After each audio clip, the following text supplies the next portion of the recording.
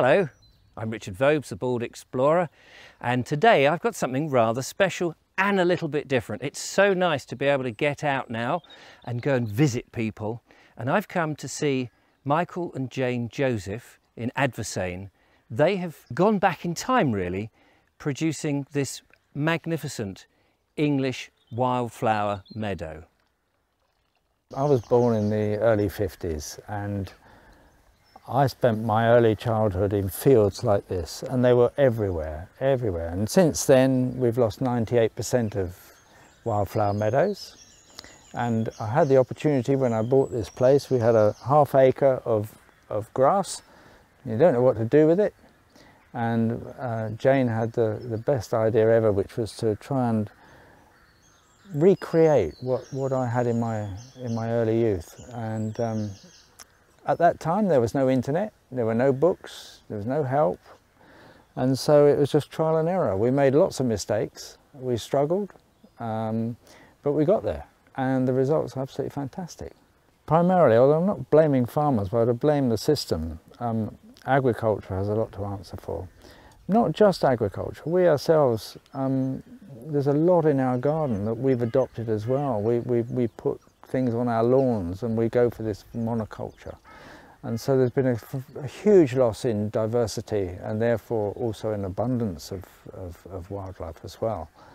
So we're all guilty, and it's the way it's gone. The trouble is that it becomes the new normal. I mean, when I was a child, I used to look at the telephone lines and there'd be hundreds of swallows on there. There aren't any now. Well, it's 3 years since we've had swallows nesting here. And it is sad, and unfortunately that becomes the new normal, and we accept that. And it's time to say, no, we can't accept that, and let's try and improve things. And meadows are a brilliant way of improving the environment. Well, a meadow, of course, was food for animals during the winter. It was hay, it was cut as hay. And we used to get the day off school when I was a kid, you know, to go haymaking, which was great fun. All outside and exercise and all the rest of it. But of course, farming then went over to a system of cutting for silage, and with that the plants don't mature, the insects in them don't mature. It's cut much earlier in the season, in sort of early May. And sometimes the farmer can get 2 cuts of silage, whereas you only get 1 cut of hay. But a meadow is a process, and it's grazed up until about early March, and then it's left alone until the end of July or early August, when it's cut for hay. And it's that removal of the crop for hay year after year after year which gives this fantastic diversity. And here in this meadow we've got something like 200 species of different plants. It's daisy time, so it looks like a field of daisies, but believe me, there are a vast number of different plants in there. And insects all have their own food plant. So you'll have something like bird's foot trefoil, which has over 60, it's a food plant for over 60 insects. And so as soon as you put the botanical, the plant diversity there, you'll get an explosion of invertebrates. And then that follows all the way up through the food chain. Now, a lot of the invertebrates, they are very small, they're camouflage, they might fly at night, they're difficult to see. We appreciate things like butterflies. They're the big ones we can see, but it's all the little ones that are so important, and that's what we've lost in our landscape.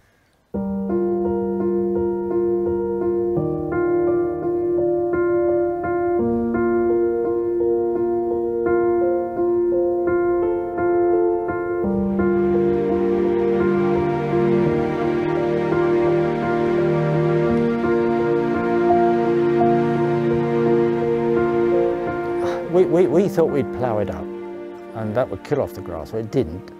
And it did all the wrong things for a meadow. It brought up nutrients, it brought up weed seeds, we had a field full of docks, and it destroyed the soil structure. All that, it's called arbuscular mycorrhiza, which is a sort of fungus underneath the ground that we don't see, that supports these plants and flowers and helps protect them against pathogens and things. We destroyed all that by ploughing it up. Really, we've been better off just scraping the surface off to get the grass thatch and the grass off, and then sowing into bare soil. And that's the most successful way, and we advise people to do that now, and the results are very quick and quite easy. But throwing wildflower seeds over grass does not work, and I'd be very surprised if you get anything like a meadow just by scattering seed. So you do need to bare the soil, sow at the right time of year, which is when the seeds will fall naturally in sort of August, September time, and you'll get the results, yeah. Well, one of our biggest problems we had when trying to establish the meadow was the pasture grasses with which we're surrounded. Predominantly this one, which is Yorkshire fog, but we've got cocksfoot here, meadow oak grass and things. They're very vigorous and they dominate, and they will blot out all the flowers and that diversity that we're after. It is important in meadows to have native grasses. This is sweet vernal grass, which gives that lovely scent of that new mown when it's dried. It has that of cut grass, and we've got things like crested dog's tail here. And these natives form a large part of the meadow as well as the flowers. But to try and keep these pasture grasses down, there's a very valuable plant called yellow rattle, and here we are. You can see quite a lot of it. It is an annual, so it does need to sow its seed every year, and it's called yellow rattle. Shane, would you like to demonstrate? As you shake these, when the pods are dry, they rattle, and bees love this, and these seeds will drop to the ground and they'll come up again next year. Unlike the rest of the meadow, which is perennial, and they come up every year. I mean, I know somebody who's grown a wildflower meadow in a wheelbarrow. You'd use a pair of shears, a bit bigger, like a garden border. Yes. You would use perhaps a strimmer. I use here a mechanical scythe, and the vibration from the scythe scatters the insects. So as I'm going along, they're all jumping out of the way. Right. And so, and then larger scale, you would use more, farm machinery to do that sort of thing. But yes, I cut it with a scythe. Our meadow actually goes to make more meadows. We can make a meadow 3 times this size from our crop on here. Wow. So we strew this on a prepared site. We used to bale it for hay, but now we use it to make more meadows. So we use this seed to do meadows. As soon as you've got that plant diversity, you get invertebrate diversity, that's insects. And it's a whole world down there, which we hardly ever see. It's a world of jaws, claws, venom, slime, traps, because not only are these insects after the nectar and the pollen or eating the leaves of the plants, but they're eating each other. And that's the whole start of the food chain. And once you establish that, exciting things can really happen. And you go all the way up the food chain. We have barn owls here, we have grass snakes here, and it's just lovely to show people those things. And that's what they identify with, the butterflies, and the more obvious things.